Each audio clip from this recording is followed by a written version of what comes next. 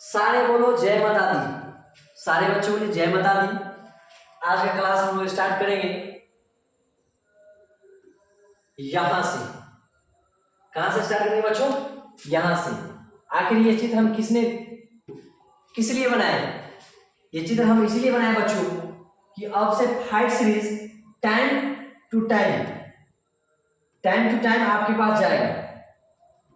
बहुत सारे बच्चे वेट करते हैं कि सर वीडियो कितने बजे आएंगे, कब आएंगे। तो ये देरी अब खत्म हो गई बच्चों।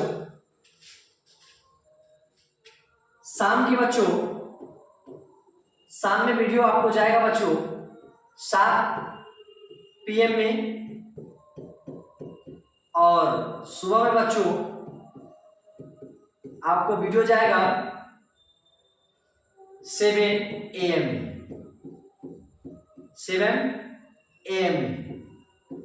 हाँ, मैं ये बात बता देना चाहूंगा कि सुबह में केवल ऑब्जेक्टिव सीरीज जाएगा।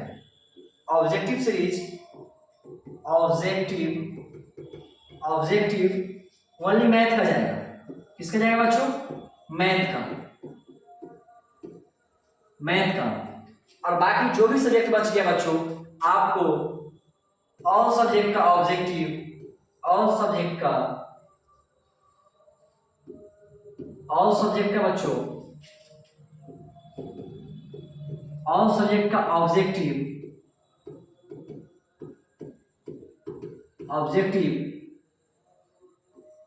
शाम के 7 बजे मिलेगा बच्चों। अब आपकी परेशानी दूर हो गई होगी। अब कल से टाइम टू टाइम वीडियो आपको जाएगा बच्चों। लाइव नहीं जाएंगे। बहुत सारे बच्चे कमेंट कर रहे हैं कि सर लाइव नहीं जाएंगे।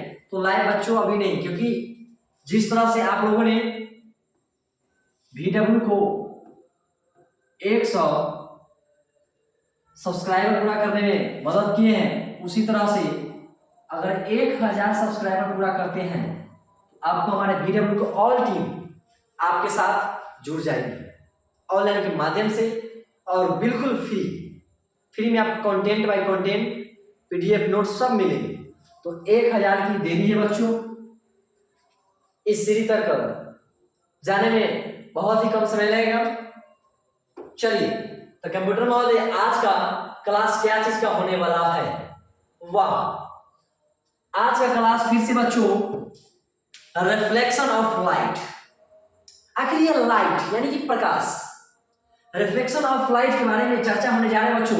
प्रकाश का परावर्तन, VBI टॉप 10 प्रश्न ऑब्जेक्टिव है बच्चों। इसमें लेक्चर नंबर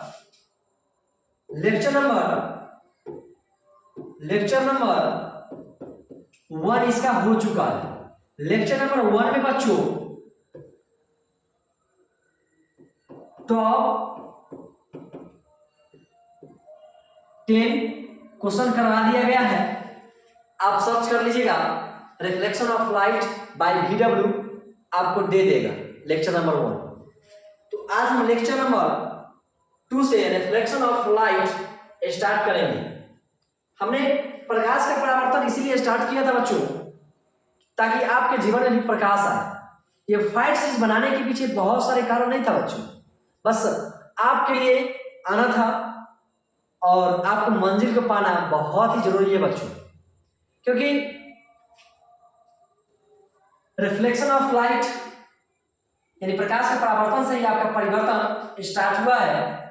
तो आप लोग इसे मान करके क्वेश्चन नंबर 1 देखिए आज। अब ज्यादा समय नहीं है बच्चों, और क्वेश्चन नंबर 1 पे चलते हैं। अवतल दर्पण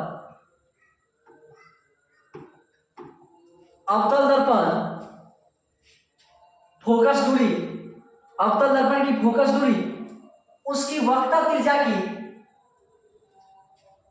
आधी होती है, दुगनी होती है, चौथाई होती है, बराबर होती है। हमारे बच्चों का यानी हमारे डियर स्टूडेंट्स का क्या आंसर है? कुछ बच्चे ये भी गलती करते हैं कि सो करके वीडियो देखते हैं, आंसर कमेंट भी लिखते नहीं है। हाँ, एक बात और, आप लोग क्या कीजिएगा ना, जब आइएगा वीडियो देखिएगा तो एक लाइक जरूर कर दीजिएगा। एक लाइक करने से हमें क्या पता चलता है कि कितने बच्चे इस वीडियो को देखे हैं। अगर मन करे तो इसे सब्सक्राइब भी कर दीजिएगा, सब्सक्राइब भी कर दीजिएगा और दोस्तों में शेयर भी कर दीजिएगा, ताकि 1000 सब्सक्राइबर पूरे में टाइम न लगे। ठीक है बच्चों, तो आइए आज हम आपको बताते हैं अवतल दर्पण की फोकस दूरी उसकी वक्रता त्रिज्या की आधी होती है। बच्चों अगर इस तरह के प्रश्न आते हैं बच्चों, अवतल दर्पण की फोकस दूरी उसकी वक्रता त्रिज्या की, तो आधी मारिएगा। क्या मारिएगा? आधी। तो सबकी दादी तो ठीक है ना बच्चों?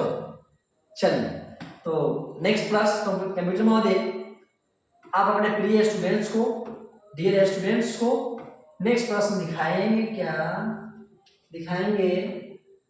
चलिए लीजिए, आपके स्क्रीन के सामने, आपके स्क्रीन के सामने बच्चों, मैं आपके पास तो आ नहीं सकता, बट ऑफलाइन में आकर के आप क्लास कर सकते हैं। हमारे बहुत सारे VW के ऑफलाइन में टीम है, आप उनसे क्लास कर सकते हैं सब्जेक्ट वाइज। एक अच्छे रेवोल्यूशन लाने की तैयारी हो रहा है बच्चों, आप लोग सपोर्ट करें। चलिए, निम्नलिखित में किस दर्पण द्वारा किसी वस्तु का वास्तविक प्रतिबिंब मिल सकता है? यहां बात हो रहा है बच्चों कि निम्नलिखित में किस दर्पण द्वारा किसी वस्तु का वास्तविक प्रतिबिंब मिल सकता है? उत्तल दर्पण द्वारा, समतल दर्पण द्वारा, अवतल दर्पण द्वारा, इनमें से कोई नहीं, यानी किसी के द्वारा नहीं। पहले सोचिएगा, निम्नलिखित में किस दर्पण द्वारा किसी वस्तु का, यानी मान लो कोई वस्तु है, मान लो कि यहां पे हम एक वस्तु ले लेते बच्चों, यहां पे एक वस्तु ले लिए, मान लो कि यहां पे मुन्ना को हम खड़ा कर दिए। क्या कर दिए बच्चों? मुन्ना को हम खड़ा कर दिए, खड़ा कर दिए। अब बोल रहा है कि निम्नलिखित में किस दर्पण द्वारा किसी वस्तु का वास्तविक प्रतिबिंब मिल सकता है? तो ऑप्शन नंबर क्या हो जाएगा बच्चों? अवतल दर्पण। वास्तविक प्रतिबिंब अवतल दर्पण के द्वारा ही बच्चों प्राप्त हो सकता है। तो कंप्यूटर महोदय बच्चे को नेक्स्ट प्रश्न की ओर ले जाइए। आइए, प्रश्न नंबर 3 है। प्रश्न नंबर 3 क्या है बच्चों? उत्तल दर्पण द्वारा बना प्रतिबिंब होता है। अब मन में सवाल होगा कि उत्तल दर्पण द्वारा बना प्रतिबिंब होता है, क्या होता है? हमेशा सीधा, हमेशा उल्टा, सीधा भी और उल्टा भी, इनमें से कोई नहीं। तो आपका आंसर क्या है? आप कमेंट करके बताएंगे क्या? तो बच्चों, उत्तल दर्पण द्वारा बना प्रतिबिंब होता है हमेशा सीधा। क्या होता है बच्चों? हमेशा सीधा। उत्तल दर्पण द्वारा बना प्रतिबिंब सीधा प्रतिबिंब होता है बच्चों। चलिए कंप्यूटर महोदय बच्चों को नेक्स्ट प्रश्न की ओर ले जाइए। आप स्क्रीन के सामने बच्चों ये प्रश्न एक और नया सा आ गया, एक नया सा प्रश्न है आपके सामने बच्चों। ये मच्छर जब बोर्ड पे आते हैं ना बच्चों, तो थोड़ा डिसमिस हो जाता है। मच्छर के सपने से भी थोड़ा स्क्रीन में किसी तरह का परेशानी आ जाता है ना। आइए, अवतल दर्पण द्वारा बना प्रतिबिंब होता है। अब मन में सवाल होगा कि सर अवतल दर्पण द्वारा बना प्रतिबिंब क्या होता है? अब बताइए। तो बच्चों, अवतल दर्पण द्वारा बना प्रतिबिंब हमेशा उल्टा होता है। क्या होता है बच्चों? उल्टा होता है। तो ज्यादा विलंब नहीं करेंगे बच्चों, ऑप्शन नंबर मारते चलिए और कमेंट करते चलिए। इससे मालूम चलेगा कितने बच्चे आज क्लास में बहुत अच्छे मार्क्स लाए। चलिए बच्चों, टॉप 10 प्रश्न लाए हैं बच्चों आपके लिए। अब समतल दर्पण द्वारा बना प्रतिबिंब होता है। अच्छा, आप लोग बताइए कि समतल दर्पण द्वारा बना प्रतिबिंब कैसा होता है? आभासी और सीधा, हमेशा उल्टा, सीधा भी और उल्टा भी, इनमें से कोई नहीं। तो अब आपके मन में क्या होगा? सब जानता है कि समतल दर्पण द्वारा बना प्रतिबिंब सीधा होता है, लेकिन आभासी का मतलब होता है काल्पनिक। तो काल्पनिक प्रतिबिंब तो सीधा होता है बच्चों। तो समतल दर्पण द्वारा बना प्रतीक अगर फंसाने के लिए दिया जाए तो आभासी और सीधा देख करके मानिएगा। चलिए कंप्यूटर महोदय बच्चों को नेक्स्ट प्रश्न दिखाइए। अब आपकी स्क्रीन के सामने एक प्यारा सा प्रश्न आया है बच्चों, गौर से देखिए इसको। प्रश्न क्या है? दर्पण सूत्र है। दर्पण सूत्र कुछ बच्चे के मन में सवाल होगा सर कैसे लिखे हैं, तो बच्चों में बता देना चाहूंगा कि ये मैं ऐसे लिखा 1/v minus 1/u equal 1/f। फिर दूसरा बच्चों है यहाँ पे 1/f plus 1/u equal 1/v। अब तीसरा है बच्चों यहाँ पे लिखा हुआ 1/f plus 1/v equal 1/u। अब चौथा है ऑप्शन नंबर डी बच्चों 1/v plus 1/u equal 1/f। तो आपका सही जवाब देना है बच्चों कि दर्पण सूत्र एक्चुअली होता क्या है। तो सर हम तो जानते हैं कि 1/v हो प्लस 1/u हो इक्वल 1/f हो, ये होता है दर्पण सूत्र। तो बच्चों इसको याद कर लीजिएगा, ये सब प्रश्न आपके लिए बहुत ही इंपॉर्टेंट है 2025 के लिए। अगर आपको 2025 में डिवीजन चाहिए तो अभी से रिवीजन शुरू करना होगा बच्चों, रिवीजन नहीं तो डिवीजन नहीं। चलिए कंप्यूटर महोदय बच्चों को नेक्स्ट प्रश्न आप दिखाइए। कंप्यूटर महोदय बच्चों को नेक्स्ट प्रश्न दिखाइए। चलिए बच्चों आपके सामने है, किस दर्पण में केवल आभासी प्रतिबिंब बनेगा। अब मन में सवाल होगा मुन्ना को कि सर ये जो बोले आप आभासी, इसका मतलब क्या होता? हम इन भाषा को न समझे। आभासी का मतलब होता है बच्चों काल्पनिक। क्या होता है? काल्पनिक। आभासी का मतलब क्या होता है? काल्पनिक। तो अब जवाब दो कि किसी दर्पण में केवल आभासी प्रतिबिंब बनेगा समतल में, अवतल में, उत्तल में, समतल और उत्तल। ऑप्शन नंबर सब है बच्चों। आप कमेंट करके इसका जवाब जरूर बताइएगा अगर आपको आता होगा, नहीं तो आप जानते हैं कि आभासी प्रतिबिंब यानी काल्पनिक प्रतिबिंब आपका समतले बना सकता है और उत्तले। तो बच्चों ऑप्शन नंबर आपका हो गया डी। ऐसे प्रश्न को आप लोग गौर से याद कर लीजिएगा बच्चों, ध्यान दे दीजिएगा। चलिए कंप्यूटर महोदय बच्चों को नेक्स्ट प्रश्न दिखाइए। चलिए एक उत्तल दर्पण की फोकस दूरी 20 सेंटीमीटर है, इसकी वक्रता त्रिज्या होगी। ये बच्चों न्यूमेरिकल आ गया, ये प्यारा सा न्यूमेरिकल आ गया बच्चों। कैसा न्यूमेरिकल है? प्यारा सा। चलिए पहले क्या बोला है कि एक उत्तल दर्पण की फोकस दूरी, तो पहले मैं बच्चों लिख लूंगा फटाफट। क्या लिखूंगा कि बोल रहा है किसका दूरी है? फोकस दूरी है। फोकस दूरी बराबर बच्चों ऐसे हम लिख सकते हैं क्या? कितना बोला है फोकस दूरी? 20 सेमी का मतलब होता है बच्चों सेंटीमीटर। सेमी का मतलब क्या होता है? सेंटीमीटर। तो जैसे ही यहां बोल दिया 20 सेंटीमीटर फोकस दूरी, तो यहां 20 सेंटीमीटर।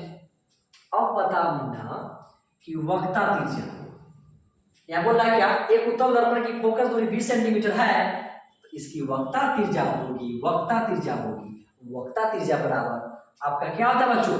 2a।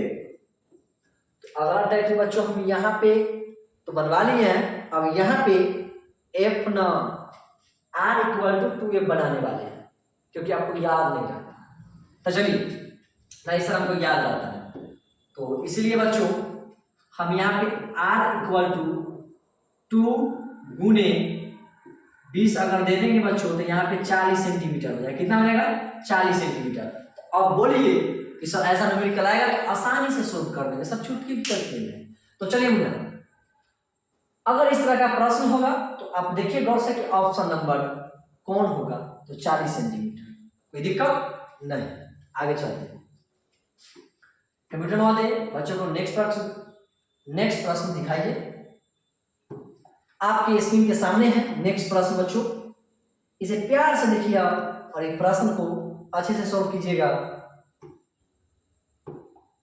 चलिए, सर्च लाइट का परावर्तन, सर्च लाइट का परावर्तन सतह, नहीं, परावर्तन सतह, परावर्तक सतह है बच्चों, ये गलत हो गया।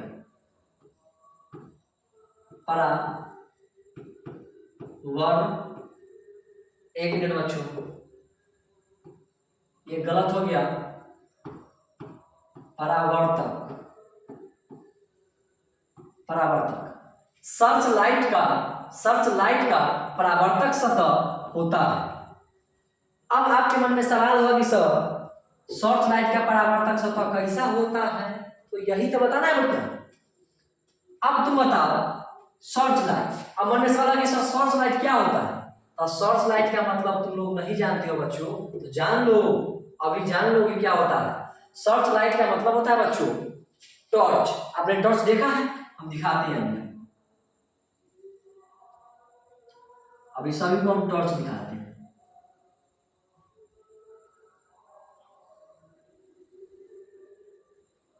ये नहीं सही बना है, ये बहुत बड़ा सा टॉर्च बनाना है बच्चों।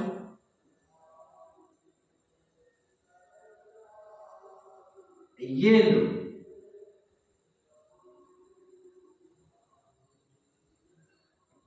ये लो, यहाँ पे स्विच लगा देते हैं बच्चों, यहाँ पे बैटरी लगा दो बच्चों, बैटरी लगा दो। अब चलिए, अब मान लीजिए कि ये टॉर्च हम बना दिए। अब इसमें पूछ रहा है बच्चों कि सर्च लाइट का परावर्तक सतह होता है, और आपको ऑप्शन दे दिया है उत्तल, अवतल, समतल, अवतल और उत्तल। तो आप इस पर ऑप्शन नंबर क्या मारेंगे? पहले इसको गौर से देखिए ना, ये ऐसे बना हुआ है बच्चों, ऐसे बना हुआ है। अगर ऐसे बना हुआ होता है बच्चों, इसको क्या कहते थे आप? अवतल दर्पण। क्या बोलते थे बच्चों? अवतल दर्पण।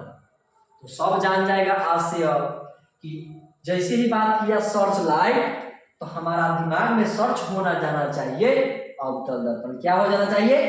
अवतल दर्पण। तो अब से गलती तो आप लोग नहीं करेंगे बच्चों। जब सवाल हो सर्च लाइट का, तो दिमाग में सर्च होगा अवतल। क्या होगा? अवतल। तो चलिए नेक्स्ट प्रश्न है आज का। आज का नेक्स्ट प्रश्न है आपके स्क्रीन के सामने बच्चों। नेक्स्ट प्रश्न आपके सामने है बच्चों। चलिए, सोलर कुकर में, यहां पे सवाल है, सोलर कुकर में व्यवहार किया जाता है।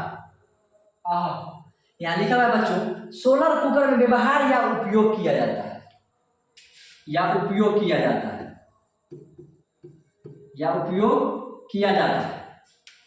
अवतल दर्पण का, उत्तल दर्पण का, समतल दर्पण का, परावैलिक दर्पण का। अब मन में सवाल होगा कि सर इस सोलर कुकर क्या होता है? तो आम नाम थोड़ा सोलर कुकर आपको दिखाते हैं। इस सवाल से पहले हम सोलर कुकर आपको दिखाएंगे। ये लो, आपके सामने आ गया स्क्रीन पे सोलर कुकर। अब इसी में बताना है कि इनमें कौन सा दर्पण का उपयोग किया गया है। अब आप तुम लोग सोच के बताओ। अब मन में सवाल हुआ कि सर सोलर कुकर तो हमारा ऐसे लग रहा है सर, सोलर कुकर तो हमारा ऐसे लग रहा है सर, ऐसे लग रहा है सर, कैसे लग रहा है? ऐसे लग रहा है, या फिर ऐसे कर दो बच्चों। सोलर कुकर कैसे लग रहा है? ऐसे। तो ये दर्पण कौन होता है? दर्पण ये अवतल दर्पण होता है। अगर आज से आपसे पूछा जाए कि सोलर कुकर में कौन सा दर्पण का उपयोग किया जाता है या व्यवहार किया जाता है, तो उसके साथ थोड़ा सा प्यार दे दीजिएगा। जब बात अगर व्यवहार का आएगा तो थोड़ा सा प्यार देकर के इसको प्यार से आप ऑप्शन नंबर मार दीजिएगा, अवतल दर्पण का, अवतल दर्पण का, अवतल दर्पण का। तो मेरे प्यारे बच्चों, मेरे डियर स्टूडेंट्स, आप सबको ये क्लास कैसा लगा आप लोग कमेंट करके जरूर बताइएगा। और इससे पहले एक बात हम आपको कहना चाहेंगे। क्या कहना चाहेंगे बच्चों? कि हमने रिफ्लेक्शन ऑफ लाइट का ये सेकेंड लेक्चर है बच्चों। हमने फर्स्ट लेक्चर में क्वेश्चन जो है बच्चों, फर्स्ट लेक्चर में बच्चों हम लोग क्वेश्चन किए थे 1 से लेकर के 10 तक, और इस लेक्चर में बच्चों हम 1 से लेकर के 10 तक कर दिए, यानी 20 प्रश्न आपका खत्म हो गया। कितना प्रश्न? 20 प्रश्न खत्म हो गया।